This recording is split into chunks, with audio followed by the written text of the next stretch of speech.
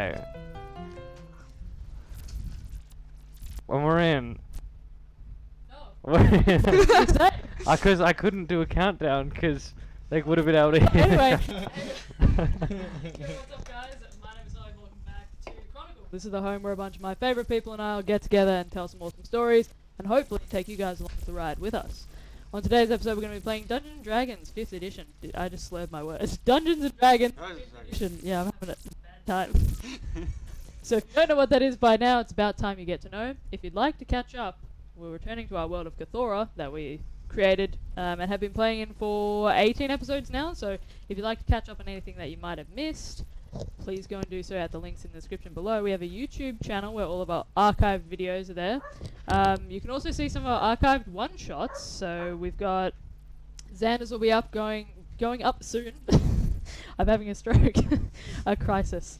Xander's will be going up soon, so please do go and check that out. You can also see we did a sci-fi one-shot, mafia one-shot, lots of cool other stuff, so you can check that out on our YouTube.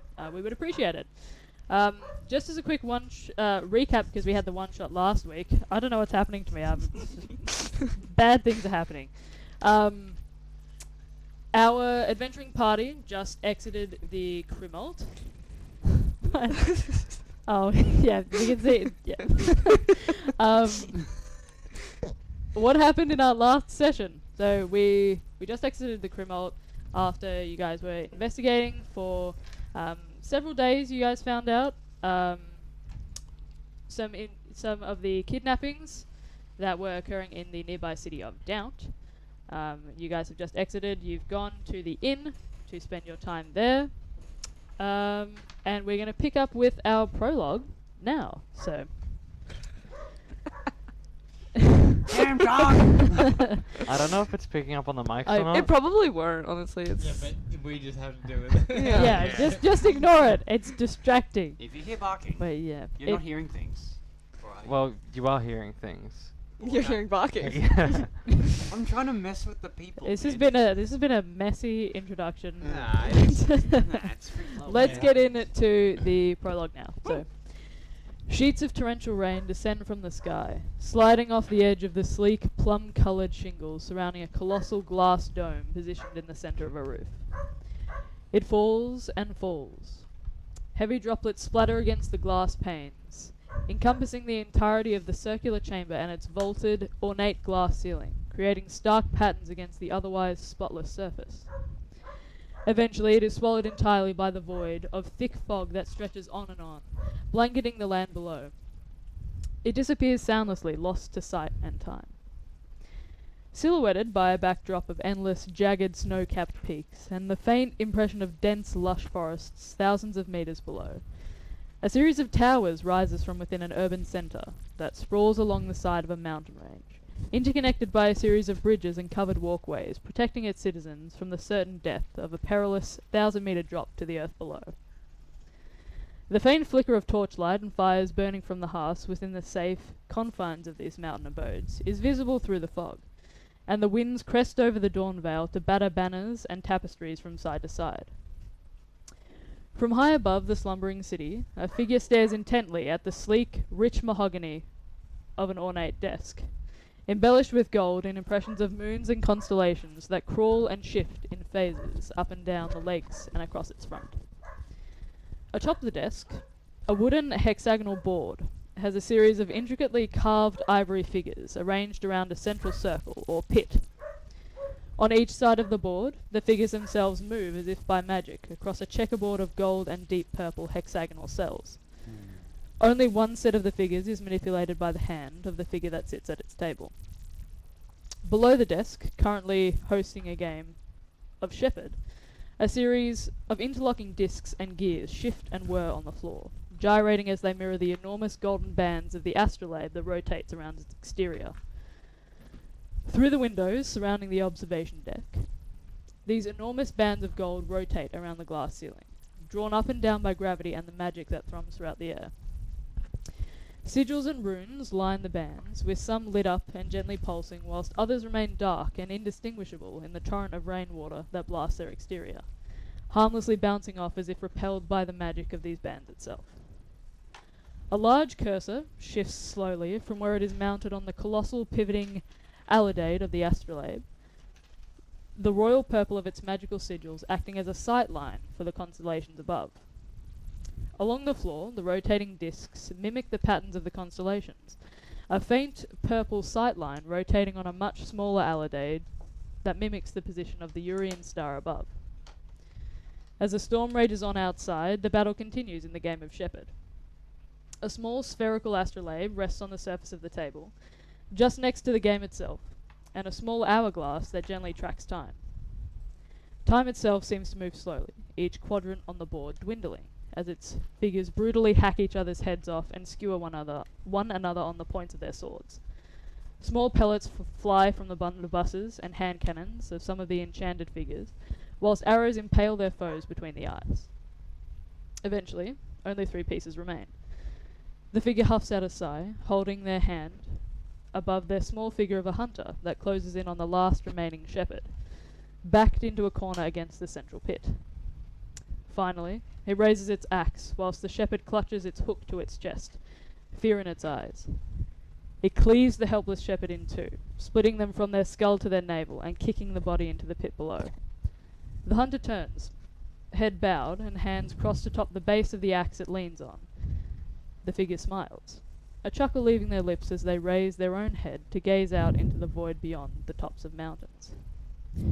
On the other side of the jagged snow-capped peaks of the Dawnvale, a group of weary and battered adventurers emerge from the depths of the ancient, hallowed dwarven settlement and network, the Chrimold. The pale face of the moon rises beyond the raised bend peaks, obscured only slightly by a sprinkling of rain. Faint glimpses of stars seem to twinkle and glare brighter at the sight of this colourful band of adventurers, as if the sky itself were awaiting their return. On either side of the battered and worn trail leading to the town of Dount, the fields of wheat, barley and corn are overrun by farmers catching up on lost time and tilling fields. Small lanterns float by their side, flickering gently and radiating light whilst they work. As the group passes, they stop and watch in awe, their eyes huge as the heroes that ended the fatal kidnappings walk amongst them. The group wanders onwards, eventually stopping at a homely, spacious terraced building slathered in a warm, pastel coral colour, where they find their rest for the night. I'll turn it over to you guys. What would you guys like to do? Are you all getting a room for yourselves, or are some of you sharing? What would you like to do? I'll get a room for myself. I will Oh. also be by myself. You want a bunk? Sure. I don't see why not. I feel like, yeah, save some money. Can I come with you, Abelard? I have nightly rituals I have to attend to, I'm afraid. I don't mind. I'm a deep sleeper. Hey, I mean, if you know, accept Abelard. you can join us. You can bunk with us if you want to, and that's fine. Okay. I'll sleep on the ground. That's fine. That cannot be comfortable. It's comfortable. I don't know how else to explain it. I can give you some trash to sleep on. Some trash? Don't. That'd be actually really good. I would Are you, appreciate that a lot. are you referring to the head? No, I'm not referring to the head. Okay. If you're I'm talking about like paper and rubbish, I'd love that. That'd be Yeah. really Look, apparently I had some rope. I've got a bunch of rope, which we can just like toss around, and I'm sure that'll. nice. That's perfect. Yeah. I will gladly accept a bed like that. To do what? Use it as Just like a sleep pillow, on. like a pillow or a rug or. Doesn't matter. In the. I gotta try this out. I think. No. It's a Yeah. it's Not a cobalt thing. your body type. I love it. No. Okay, because I much prefer a nice plump mattress, to be honest. So I'm gonna try. Yeah, we'll all bunk together then. The Lovely. three of us. Sure. So that is Kruger, June, and Dilbert all in one room. A9 is gonna be like, I will just keep a lookout. In the hallway, just. Just outside the doors. He just goes into a T-pose. Good night, guys. Oh, that's Yeah. his resting. That's how he was animated. I was gonna say it was the A pose actually. Ah, Oh. the A pose is even better. Yeah. The A pose. So Nadria is in, Maylin will want to bunk with you too. And I completely refuse. and I it. refuse. So Maylin can go sleep outside. You can turn into a wolf. Go outside. That's the first time we found out you can do that. Yeah, that was some crazy shit, by the way. That would have been really helpful a couple of fights ago, but okay. Aw. Yeah, I forgot. Sorry. I guess that tracks. Okay, so I'm gonna make the executive decision and say that Malin probably doesn't sleep outside. But maybe. Malin. It sort of fits the vibe. He goes on a rampage as a wolf and never comes Ooh. back. Oh no, lost Meg in the would wild. murder me. We have. Lost in the wild. Quildor's already an eldritch being. Like, we can't have Malin just sleeping outside. I would be killed. Oh no. Every time. Malin just wild shapes and forgets. Like, forgets that she can turn back into a person. Random fucking dog. Okay, I'm gonna say Malin outside, we'll see. Yeah. Malin took my comment a little too literally. I feel like it's probably the case. That would track that. You mean wolves? Yeah, they're pretty good at that.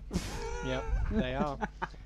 So you guys, relatively easy to get a room. They actually, so news of your success and the fact that you guys had gone down into the Crimalt to investigate has eventually kind of gotten back to the town itself, even though you have only just emerged yourselves. And it's relatively easy to get a room. You see that the innkeeper quickly shuffles people around to get you guys rooms that are some of the best that they can offer. This is a nice, kind of spacious, almost homely terraced building. Where you guys are on the top floor. There's only 3, so it's not like penthouse, but it is definitely better than some of the accommodations that you guys had been in before. Is the mattress a double, a king, or a queen? What are we talking here? I'm gonna say they're not super well off. I'll say it's probably. I'm gonna say queen is more likely. Okay, we'll be happy with Well, this. Let me roll for queen. let me roll. Proper queen. King or queen, we'll see. Oh, 18. So We could all Right. fit. yeah, they're just great. It's a California king.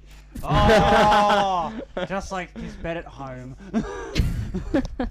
Finest visible boy. Knowing all of this, Dilbert still chooses to sleep on the ground. Oh my god. You know what? But Love that. But have you ever like slept on a California king before? I don't think I've ever actually slept on a No, bed. Come, trust me, you're back. Dilbert didn't have the luxury of beds. Dilbert reluctantly, like visibly doesn't want to get off the Aw. ground, goes onto the bed, and kind of sits at the foot of the bed like a dog. No. You gotta like lie down like this, and I'll just let your body just like sink into it.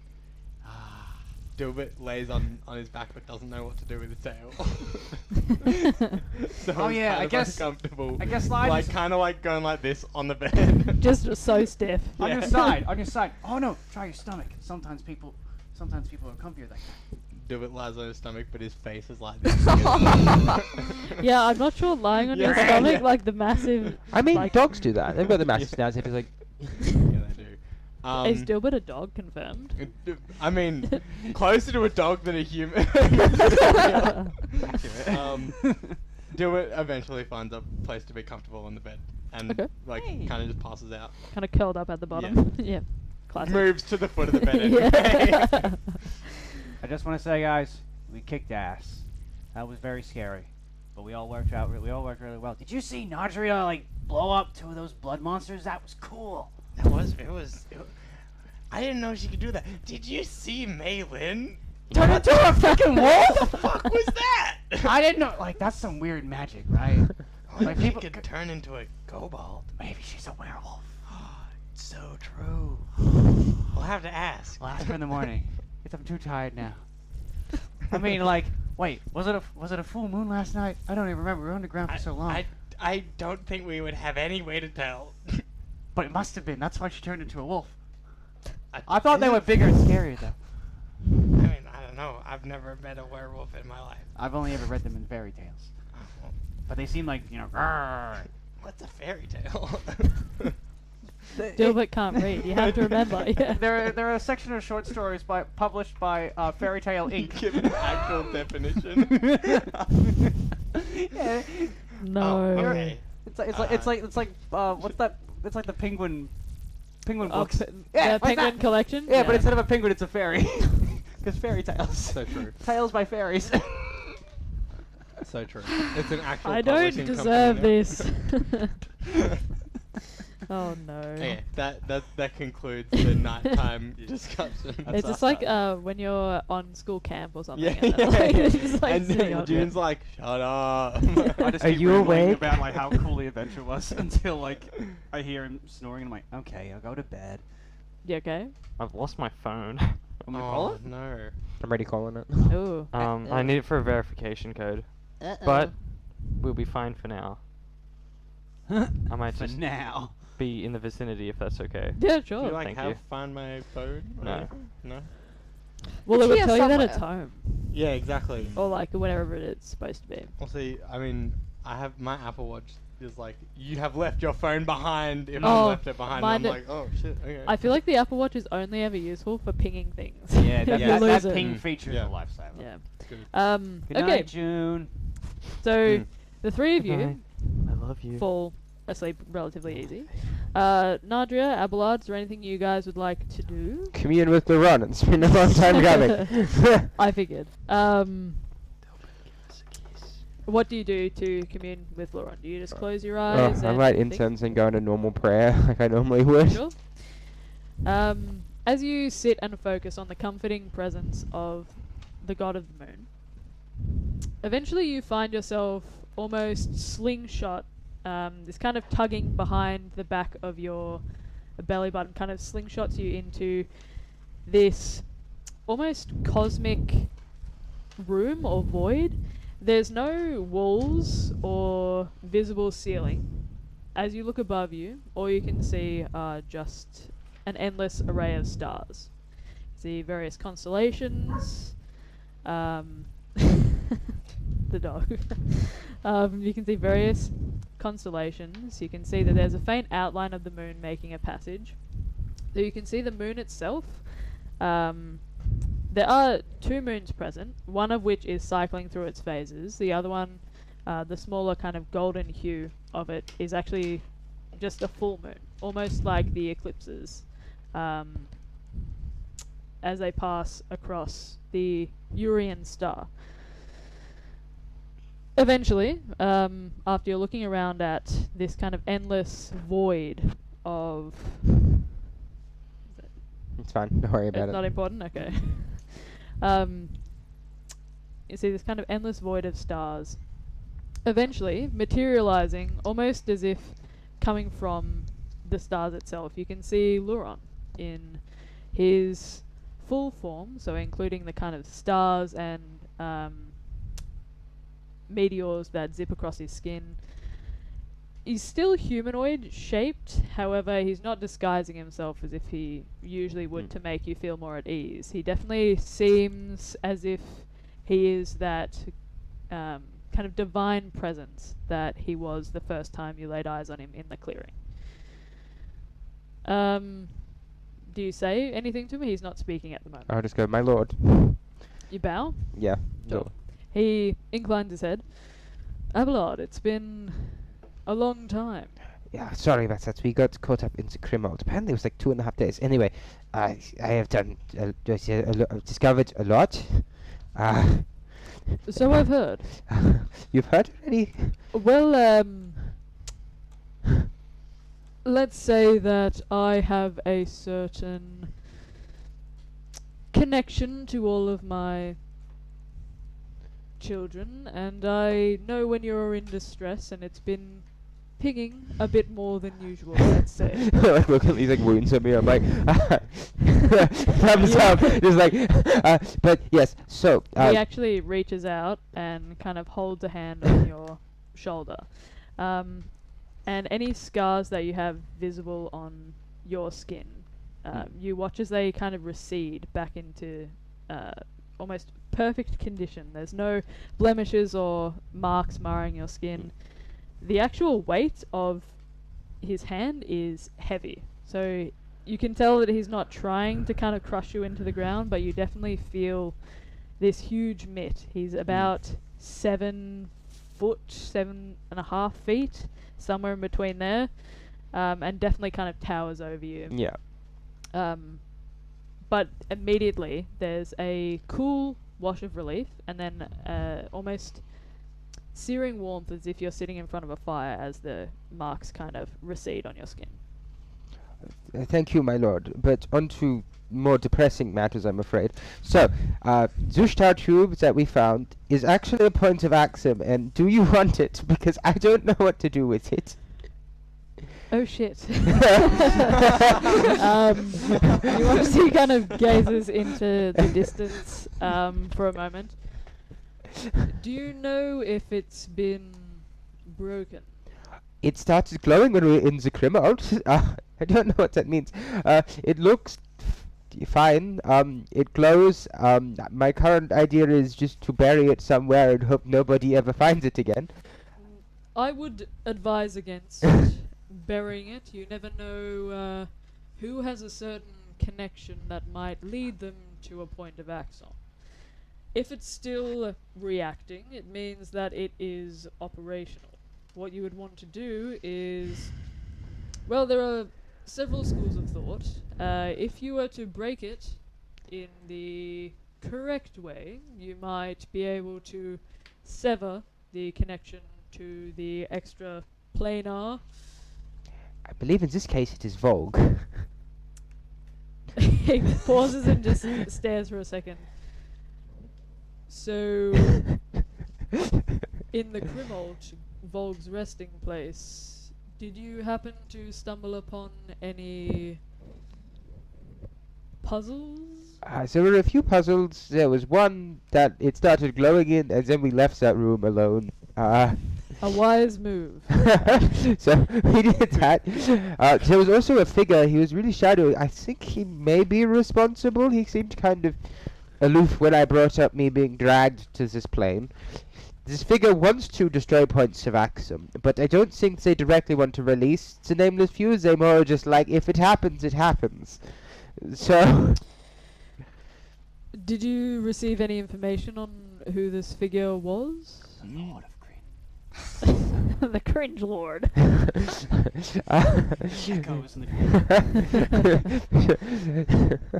the I'm afraid not. He was just a mysterious shadow figure. It was an illusion. That was about it. Summoned the demons that attacked us. That hurt a bit. And what did they look like? They were in a cloak with their face fully covered. That was... Oh, and they could shapeshift. You watch as Luron pauses for a second and seems to kind of stare through you.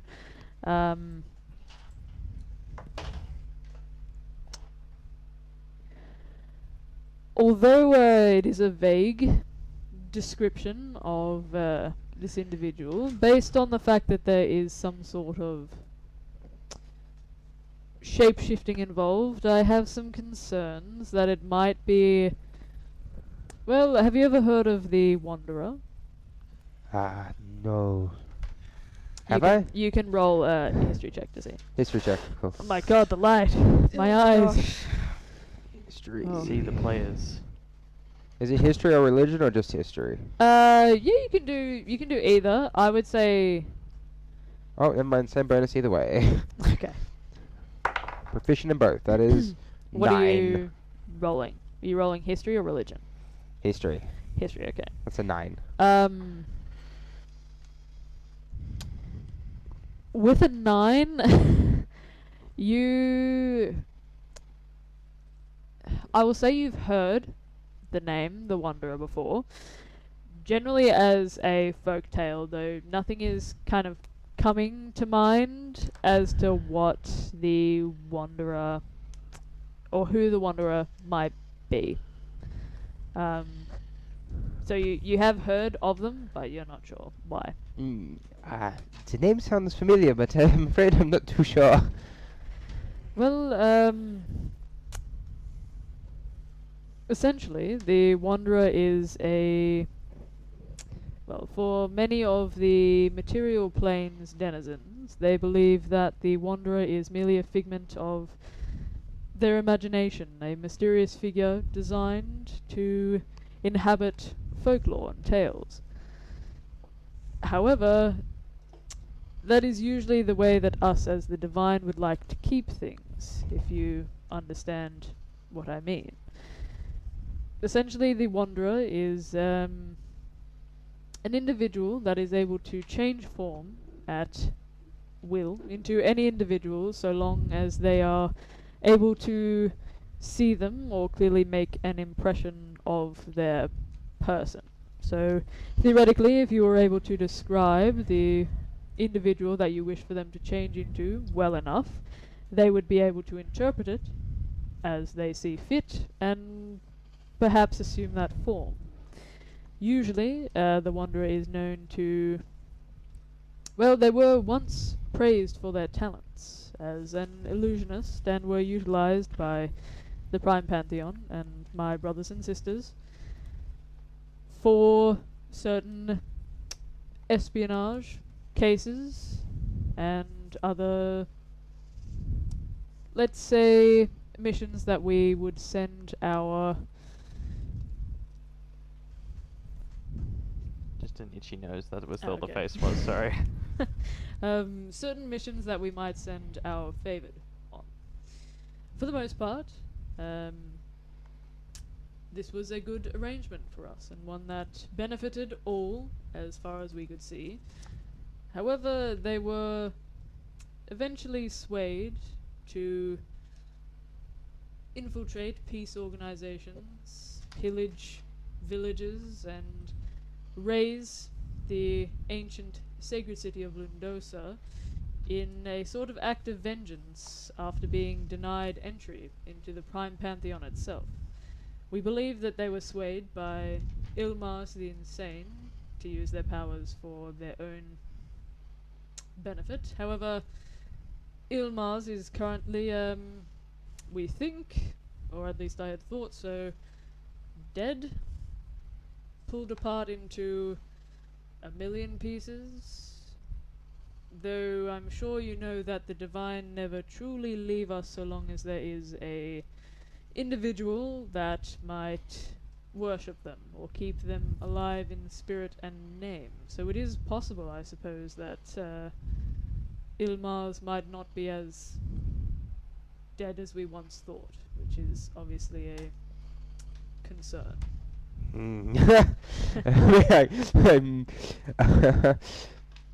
Yes, on another list of things, Chivos did some spying for us and then got incapacitated. Chivoth was incapacitated. Yes, just for temporarily. He came back eventually, but it was just like a little bit disappeared. I think it was in Vogue or Ontasias he was looking at, one of the two, I can't remember now. But So you assume that they have the ability to affect a scrying? probably, yes, I think so. I'm not too sure. I'm not. Advisable to be careful, I guess. It's temporarily I incapacitated. would say so. But yes, Chivos back wanted something greasy and carby. I suggest an eclair, personally. An But eclair. it sounds nice. I'm sure some chocolate would be good for him. Cheesesteak a moment. I don't know what cheeseburger is. I don't know. Greasy and carby. Oh. An eclair. Hey, they're greasy, and they're made of pastry, which is a carby. Greasy clay. It's fine.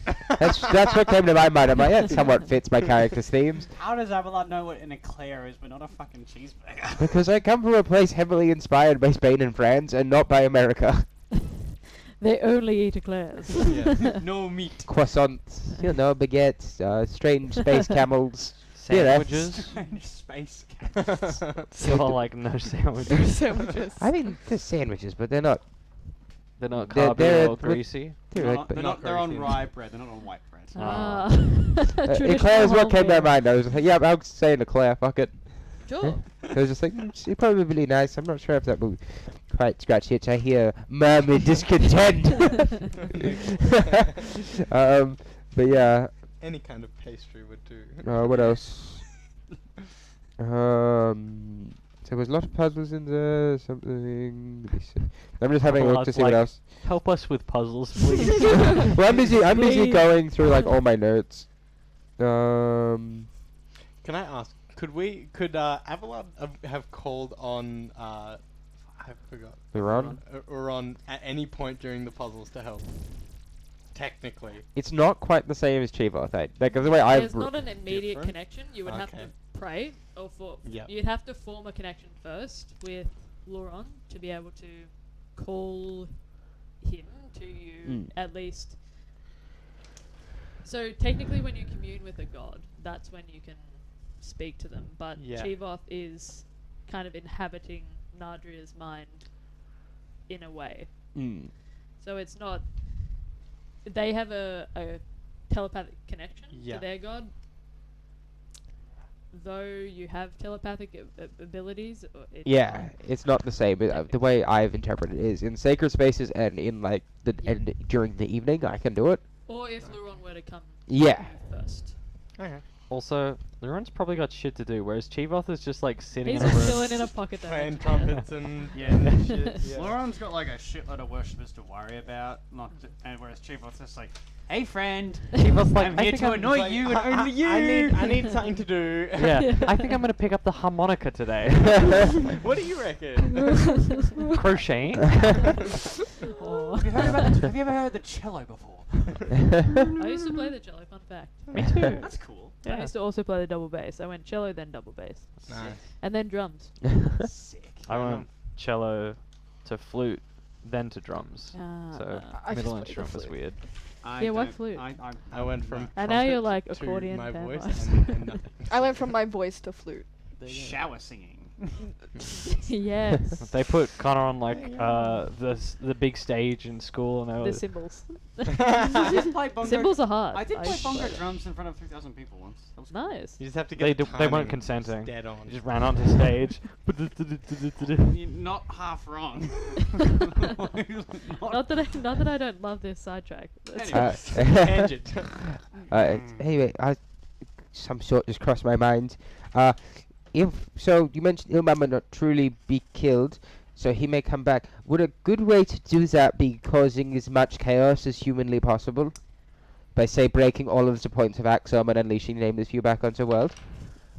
Well, yes. So technically, the points of Axom, if they are broken, then they won't work. The points of Axom are the part where the veil of magic that resides over Cathora is the thinnest. Therefore, it is easier to transport matter from one plane to another. So if the points of Axon are broken, that would be a good thing. Technically. You would really be trying to break the instrument that creates the point of Axon. Okay. That is what you would be hoping to do.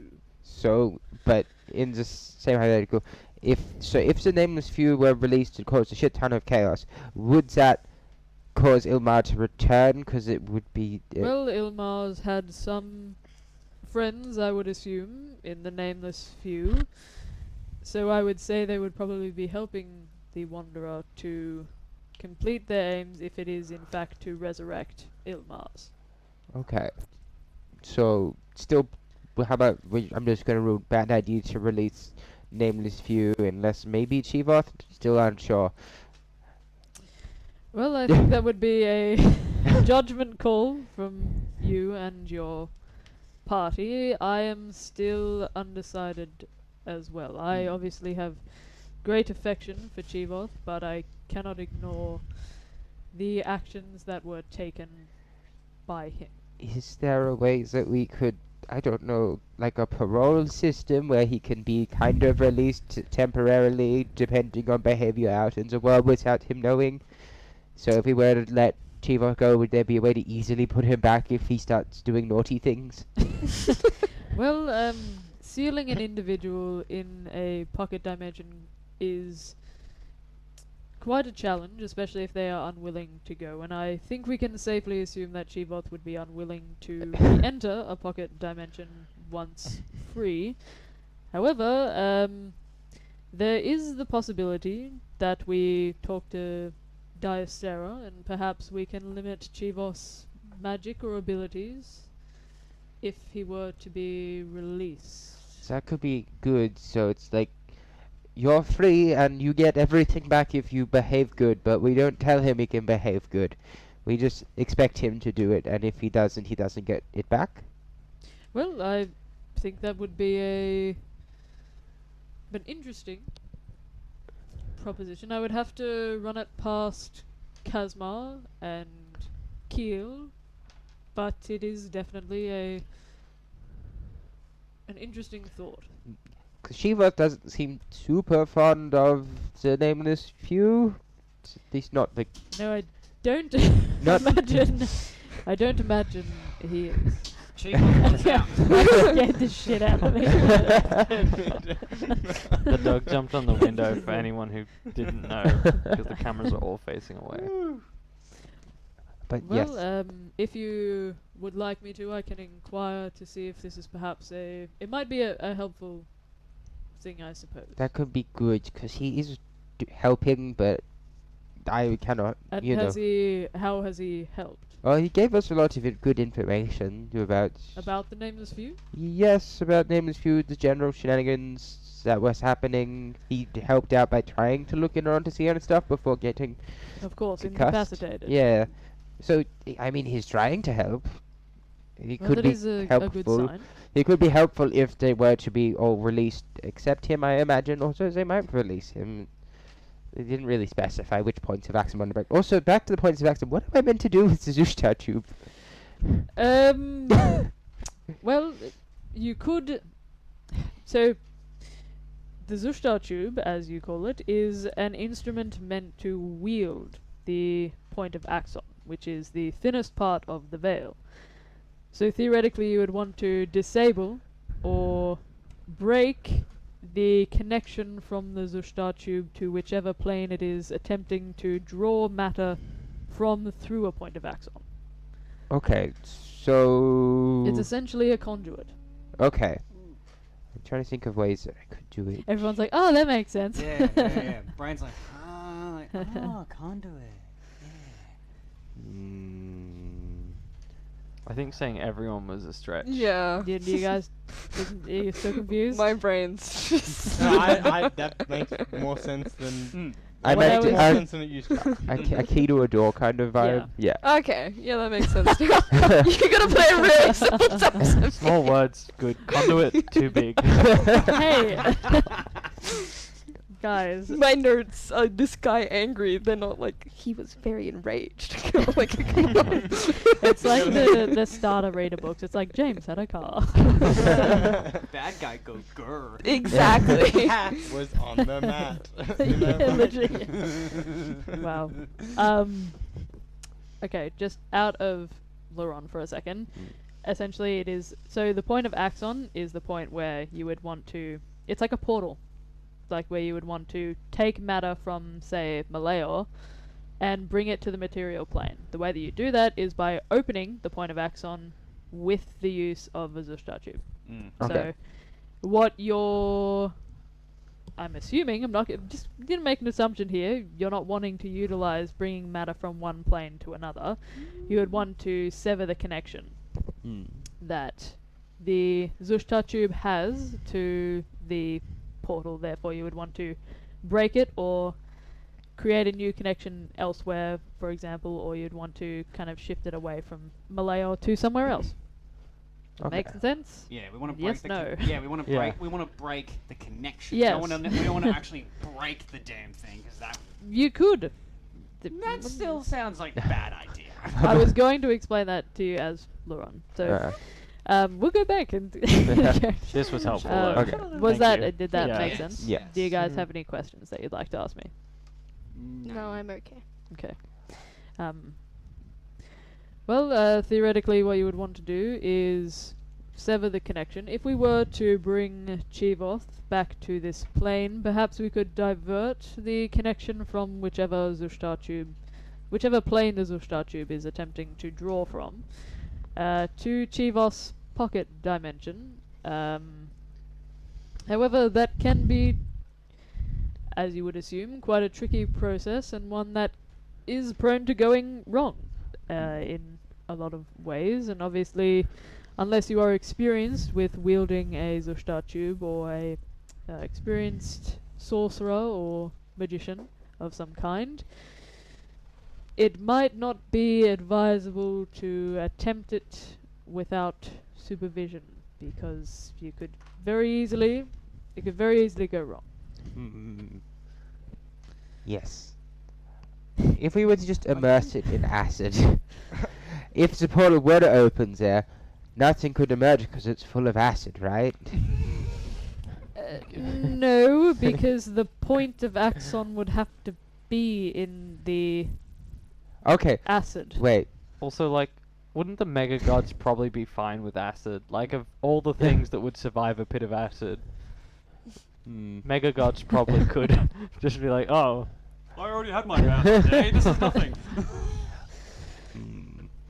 Okay, so Theoretically, some Zushtar tubes do have the ability to create a point of Axon themselves. They're generally for the more they're generally for those gods that are not as high a threat as, say, example, Ondysea. If we were to create a connection with a tube that could very easily be activated and have a point of Axon, obviously you would assume that that might mean Ondysea could utilize that herself and come through the tube wherever it is deployed. okay. So Vo probably won't appear in a backpack.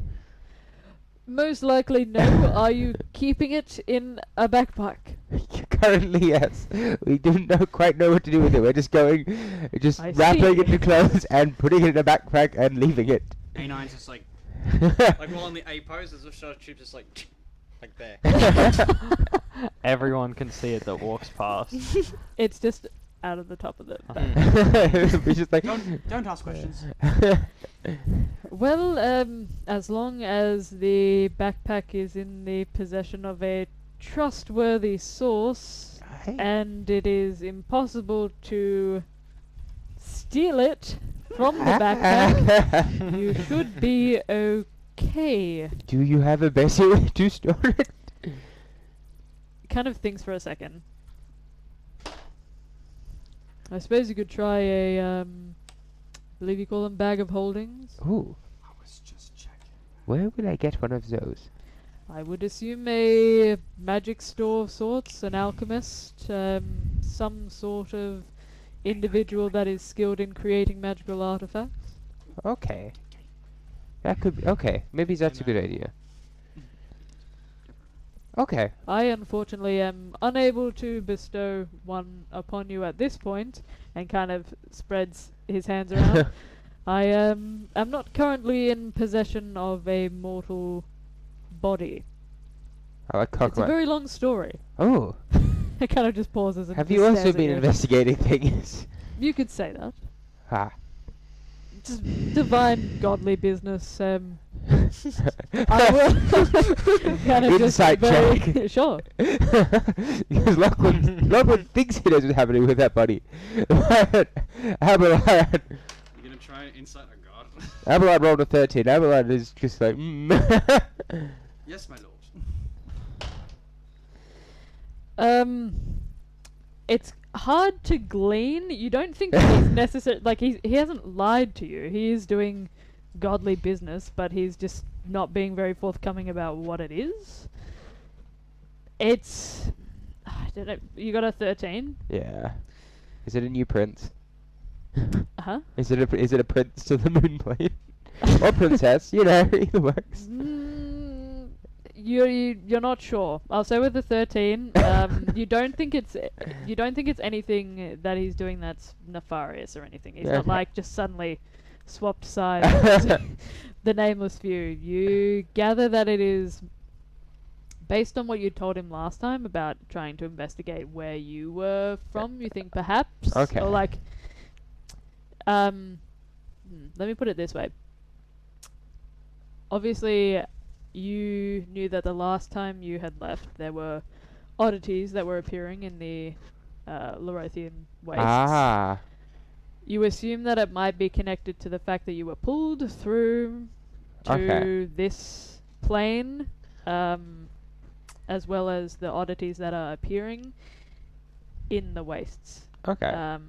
You don't think it's anything necessarily nefarious, though you have given him a lot to investigate, so it could possibly be something that you had been talking about before, perhaps with Chivoth. Okay. He's definitely alluding to something that you know, but it's hard Yeah. to gather from that what it is. Okay.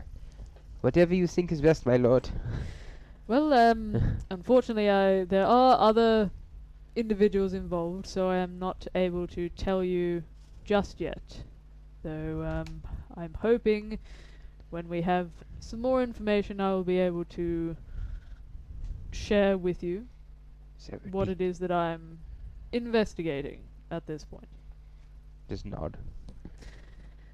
Well, is there anything else that I can help you with? I'm afraid you've given me much to think about. I will need to investigate Ilmar's and see if I can ascertain exactly where she was laid to rest. Yeah, I'll go through like Vogue, order Chivoth, get Claire, and we're just like on my fingers and be like, yep.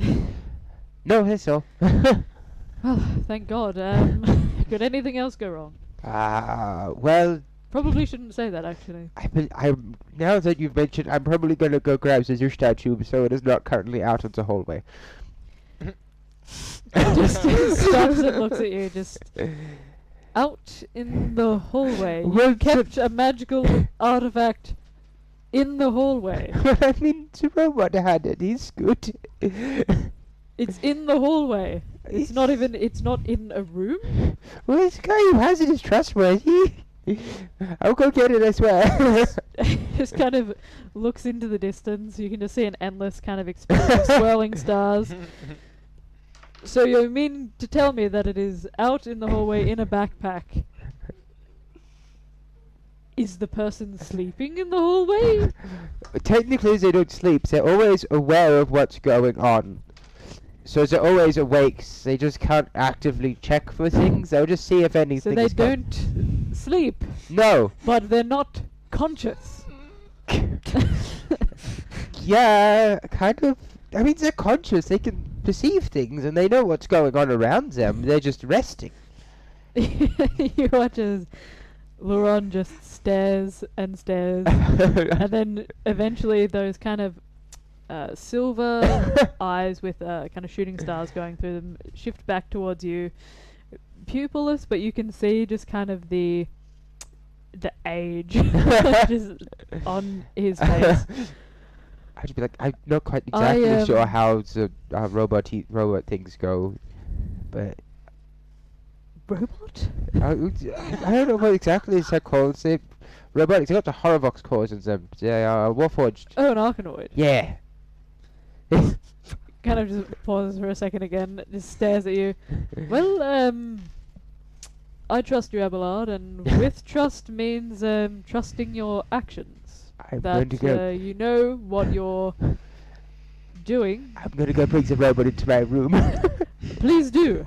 I will investigate the possibility of if we were to release Chivoth, which I don't think will go over very well at our next meeting. But I trust you, Abelard, so I will raise it with my associates. Let me know if you want any answers or ask any questions. I mean, you guys could probably just ask Chivos yourself, but if you want me to do it, I can do it. Well, technically we can't ask Chivoth. Our domain doesn't extend that far, Ah. let's say. Okay. You would need to have some sort of tie to a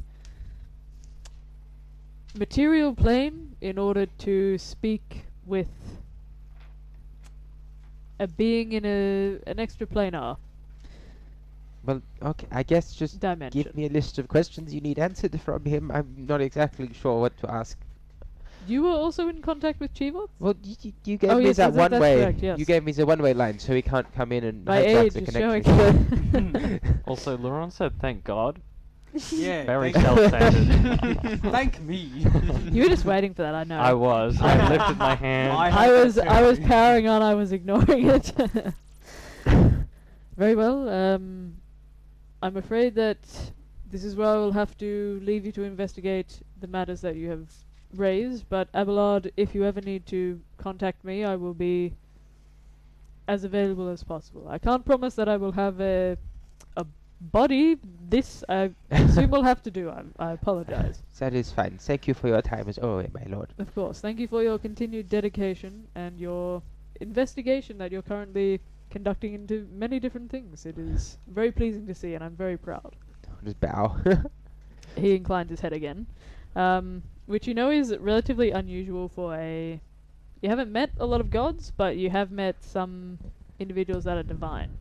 And it's unusual that they would incline their heads in a kind of show of respect to you. Imposter. Among I suffer. us. Can't say imposter. It's a cursed word. It is a safe word. I didn't actually mean. I wasn't actually meaning to bring Among Us up. I'm sorry, that's my fault. Lauren sus. You watch as Luron kind of takes a step backwards and then melds into the kind of this expanse of stars.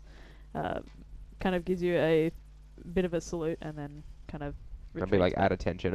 And I see my come back and I'd be like, fuck, 8-9. His head is currently swiveling, just like how those like clowns at the carnival go. Like his head's just. back. Oh my god. That's what he does. Just like 8-9 into the room now. You can Just see like the drag frame. 8-9. Like a security camera.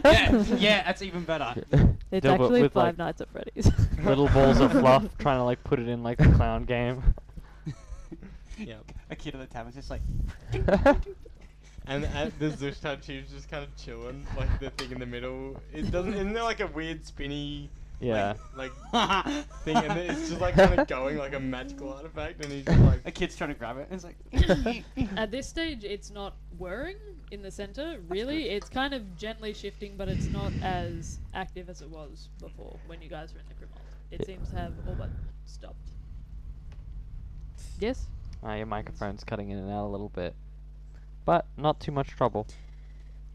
Nothing to Is be there done anything about I it. can do to fix Nah. it? Okay. I'll just okay, so I Okay. drag it in and I'm just like, cool.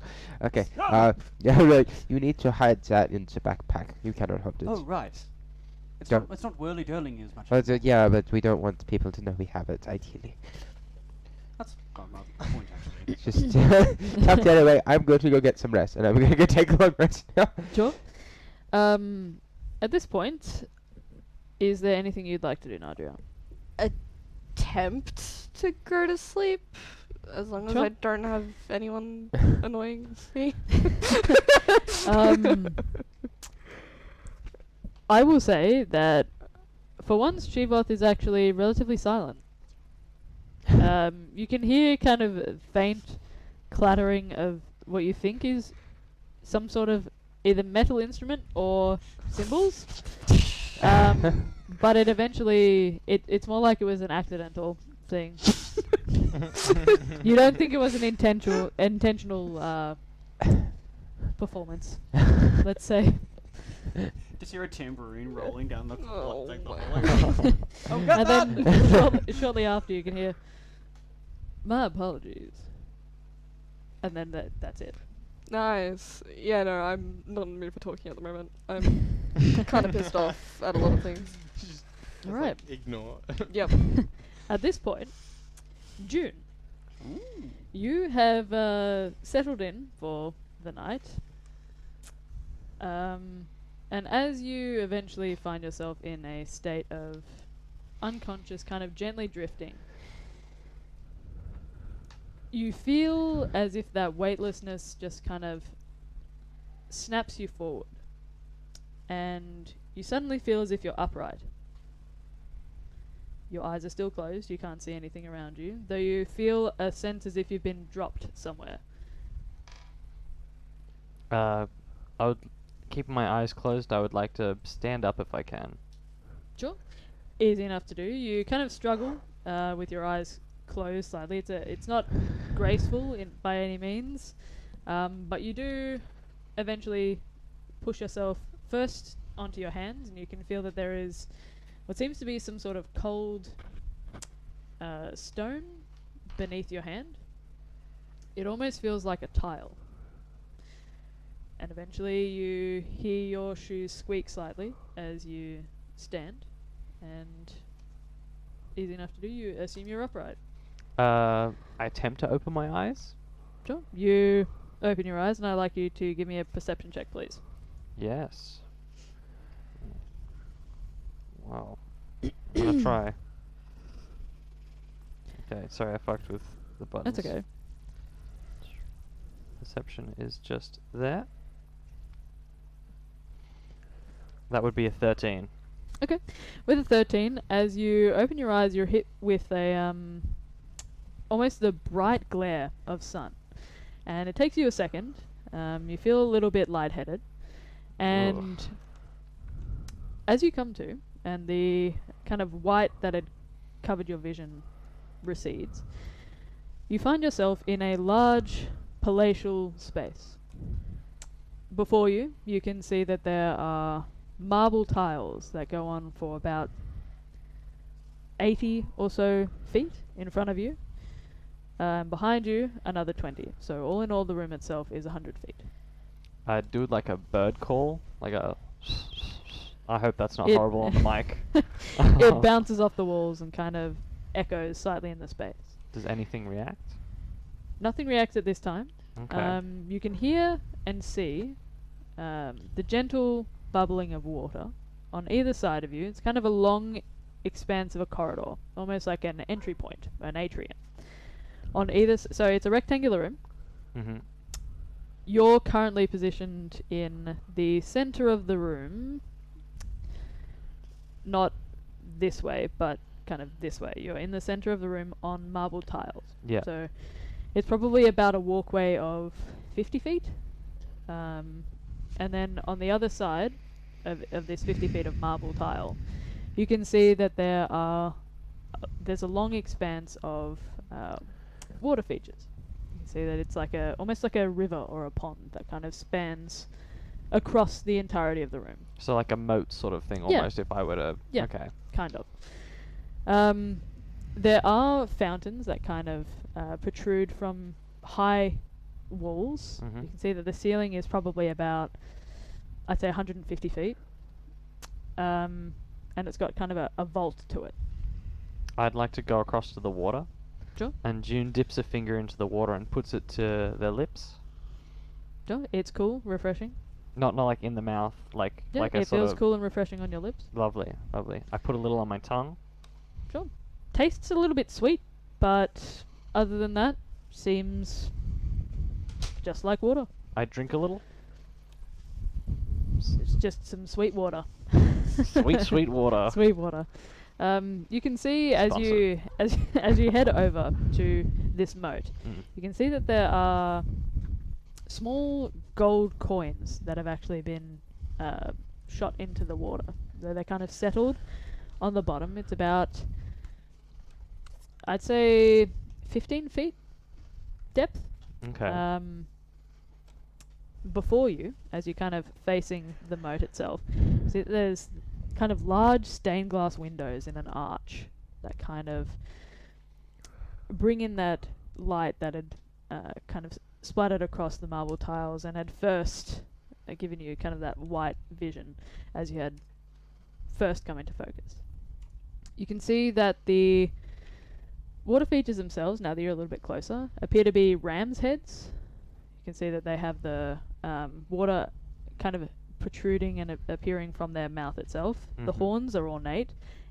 Everything in this room is either gold, kind of marble, or you can see that there are some teal accents that hang from banners either side of the room, kind of beckoning you towards, eventually, large, almost like a French door.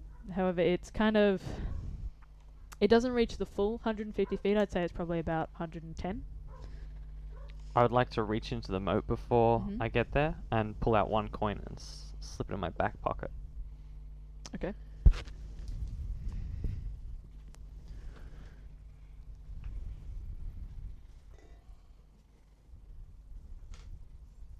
Awfully long note taking. Nothing to see here, folks. Rage. Okay. As you plunge your hand into the moat, you pull out one of the coins. You can see that it's got kind of a little bit of a film of algae on it. So you're not sure how long it's been in the actual moat itself, but it's relatively easy to just kind of rub it off. So the coin itself is untarnished beneath it, though it did initially have algae on it. At the end, you can see that there's those large French doors, 110 feet up. Whoa. On either side, so on both of the doors, in the center point, you can see that there's those large ram heads. These ones appear to be more ornate, and there's kind of gilded leaves that spread out from behind them and kind of crawl up the door itself. With your, you rolled a 13, was it? With your 13, from a crack in the doors, you can see that they're slightly open.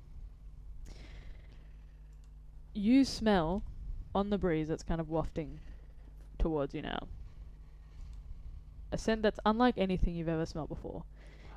It causes your mouth to kind of immediately salivate.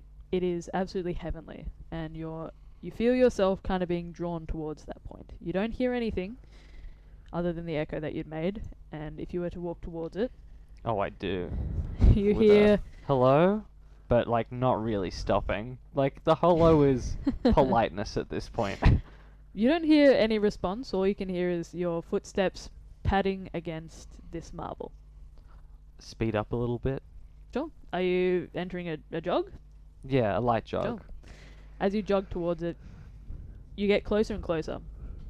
And you can see that there is a slight crack in the door that you would be able to open it with if you were to so choose.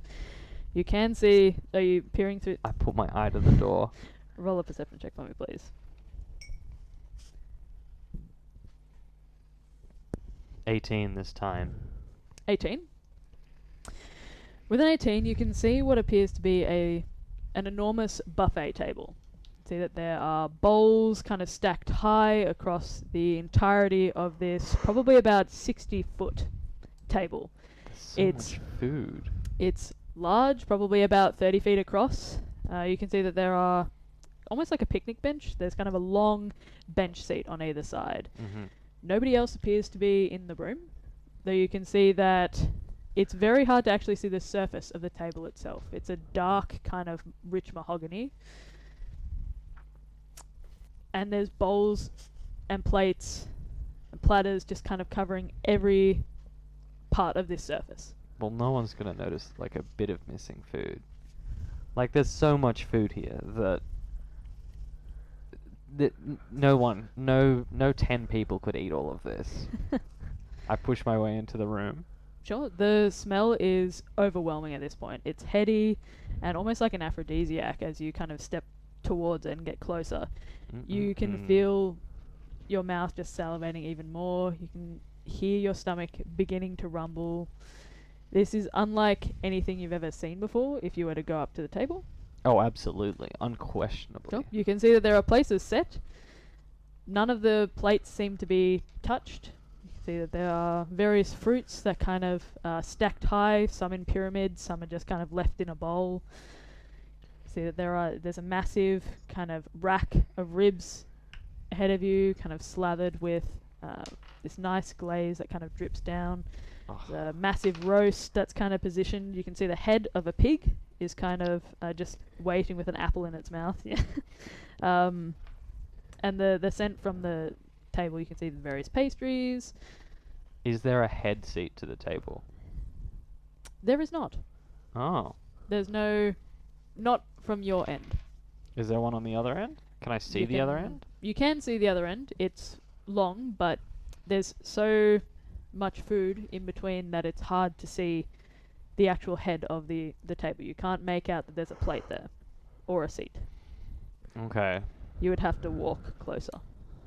I walk closer, but honestly, this food is delectable, and I want it more than I want to see the head of the table. Mhm. So I'm sampling as I go along. I'm Okay. What do you pick out first? Well, There's closest. any food that you can imagine. Holy shit! Lemon slice. Cheeseburger is what I'm thinking of. Cheeseburger? Yeah, sort of midway, like a third along the table. A cheeseburger. Pull it out. Can I fit it in my mouth? You can try. I want to try and like really, really greedily fit it in my mouth. Okay. Not sure what role that would be. I'm gonna say you can do it. Constitution. Sure. Yeah, Constitution checks. Sure. Roll a Constitution. You vomit. No, I don't. Yeah. 19. I maybe do. With a but 19, I'll say that you can. Deep throat cheeseburger. Oh my god. You kind of squash Easy it down a little McLovin. bit to make it easier to fit in. We See if always do there's- that with a cheeseburger. Absolutely. There's a sauce that's kind of guys. There's sauce that's kind of dribbling down your wrists. You push it further into your mouth and begin to chew. You can fit the whole thing in. It's hard to actually. I don't like that. Breathe. Yeah, with the amount of food that's actually in your mouth at this point. As you're eating, Mm-hmm. you notice that the cheeseburger itself, as soon as you put it in, the taste is. It's unlike anything that you've ever tasted before. It's In a good way or a bad way? it's delicious. Beautiful. Yep, it's delicious. Though you notice that the burgers and meat that you'd had before were not quite as stringy and tough as this meat appears to be. As you begin to chew, you notice that as you look down at the stack of cheeseburgers that you've taken yours from, you notice that the sauce begins to trickle down onto the actual bun itself, and you can see that it's a thin red color, kind of crimson. Well, I'll move up to the pastries next then. Okay. As you move up to the pastries, you can see that there are kind of spinach and feta. There's Oh, cheese that's- and bacon. I wasn't thinking there's- about spinach and feta. There's kind of sweet pastry stacked to the side. On a very real level, you have awakened a hunger. As you've mentioned, cheese and feta. So in character, that's the one I'm going for. The spinach and Goddamn. feta, sure. As you pick it up, you notice that the colouring seems just otherworldly. Everything seems so much brighter. It seems to jump scare. It seems to give off like an unnatural heat almost. Right out of the do oven. you- Yeah, right out of the oven. Fresh out of the oven. It's just scalding ahead. Do you want to eat it? I would. Sure. Not as hungry as the first time. This will take me a few bites, but Sure. I'm not As you stopping. bite down, you feel not the same kind of stringiness, though it almost seems to burst in your mouth. Just like non used to make. Maybe. Not even. And as you look down at the platter in front of you, stacked high with pastries. We're about to Red Riding Hood this. What big red sauce you have, Graham. I'm getting like. You can see that there are what appears to be small spheres kind of floating in the actual pastry itself. That's weird, but I'm still hungry, and I would like to move on to the third dish. Okay, what would you like? Bread. Just some good bread and butter, I think. Okay, you can see that there are loaves of bread that, any kind you like. Sourdough, rye, there's classic white bread. Grab the sourdough and I split it, and this time I'll look at it as I sort of put bits of it in my mouth. I'm paying a It bit more looks like bread. attention. Well, Roll a perception check for me, please.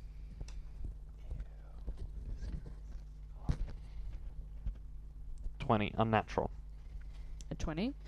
With a 20, you notice that there's a faint shimmer on the actual bread itself, but it still looks like bread to you. Okay. Okay. I'm tentative at this point. I've eaten probably too much food to go completely unnoticed. Maybe that's what I'm thinking. But I, with bread in hand, push my way up to the further towards the head of the table. Okay. As you're approaching the head of the table, you're eating the bread? Yes. Sure. As you eat the bread, you notice that it's got a squishy kind of spongy texture. You look down and you can see what appears to be a brain in your hand. And as you look at the head of the table, you see that there's a platter set of all of the food that you've just eaten. In the tart, you can see that there are eyeballs that are kind of gently floating and revolving in the actual tart itself. The cheeseburger, you can see what appears to be just muscle, striated tendons kind of hanging out of the side of the burger itself. And you can see that there's a brain that's been cut into slices. Raw? Looks raw. Oh. As you gaze across the rest of the table, you can see that a pyramid of apples has kind of been stacked into skulls.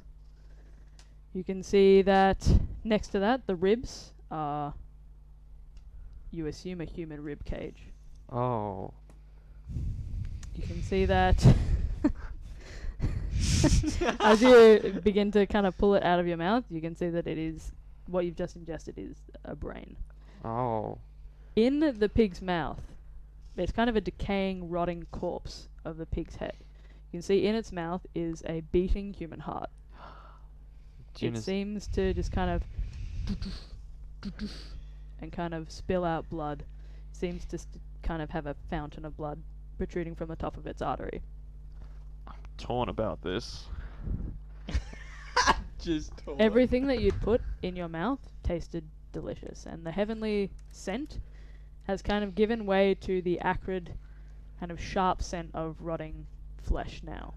I would like to push up towards the beating heart. Mm-hmm. I want to at least touch it. Do I feel like it's sort of like in and out movement? Yeah. As you touch it, you can feel it pulsing against your hand. You can feel every single beat of the heart kind of moves against you as you put your hand on it. The blood is kind of trickling from the aorta down onto your hand. I like put a finger out and I scrape some of the blood off and I look at it. You've got blood on your finger. I put it to my lips. Tastes delicious. I get a bit more of it and I do it again, but this time on my tongue. Mirroring the water from before.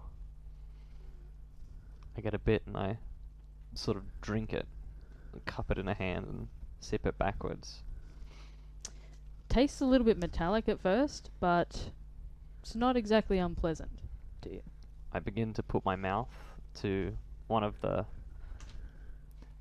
larger veins that pushes towards the lungs and just drink from the source.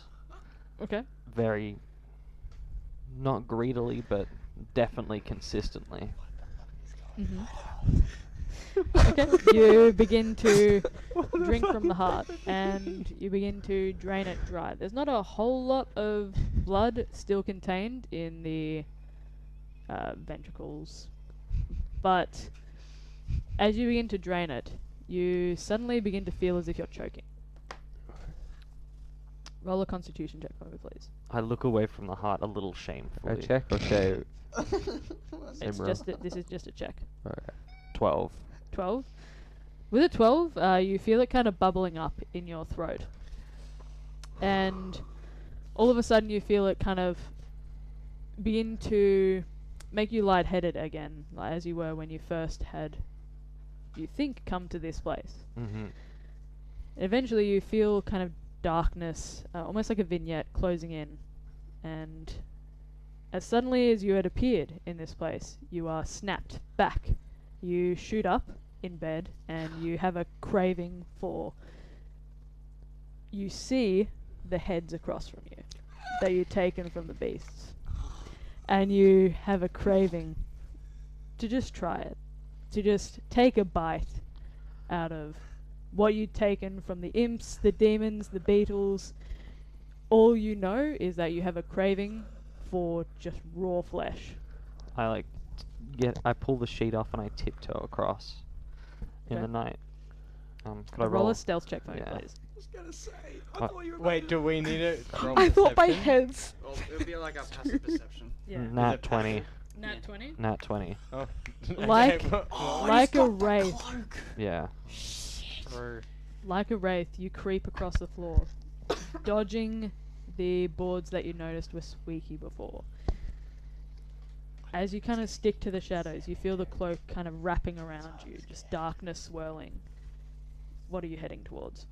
I grab like the horn of one of the big heads and like pull it in with the cloak, sort of like it including in the darkness, as like looking down at Dilbert and the other one and Kruger. It took The me a while. other one. Watch 18 yourself. seconds. Sort of quietly begin to snack into the night until It tastes delicious. You can see it's kind of stringy and tough to eat. The blood kind of begins to drip down onto your mouth. I panic a bit at that and I wipe it away and try to get rid of as much of it as I can. As like the sun comes up ish, I want to say like we get towards the early morning, not quite the sun. I put the head back down and sneak back towards bed and call it a night. Sure. As the sun rises through the window, you place the head back to where it was. You make sure that you've wiped all of the blood, any kind of visible signs of your what you've just been doing. There are still bite marks out of the head, yes? I would say claw marks and a sort of like, Sure. But it looks as if it's been affected. yeah, it's Okay. not nothing. Sure. As the sun rises, you remove most of the evidence from you, and you make yourself comfortable in bed and finish off the rest of your long rest. I think that's probably a pretty good time. to Yeah. go a break. Yeah. A little bit earlier than usual. But I think that's a pretty good spot to end things out for this section. We have questions. Questions. For this section.